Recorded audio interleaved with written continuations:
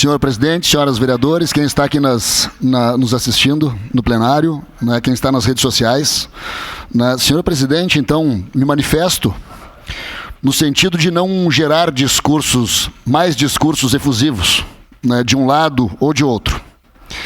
Gostaria mesmo, neste momento, de estar fazendo um manifesto em favor das vítimas, dos empresários, dos empregadores, para que a nossa cidade, para que o nosso estado renasça da lama, renasça das águas, em favor dos que estão reconstruindo pontes e criando acesso a cidades isoladas, a quem está socorrendo vítimas,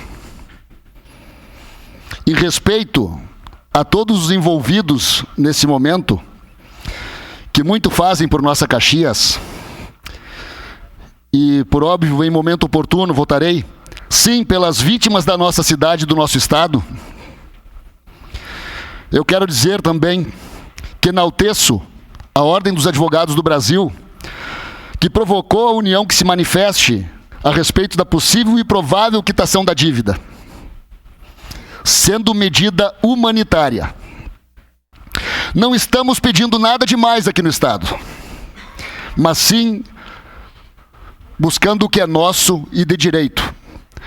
Era isso, senhor presidente e nobres vereadores.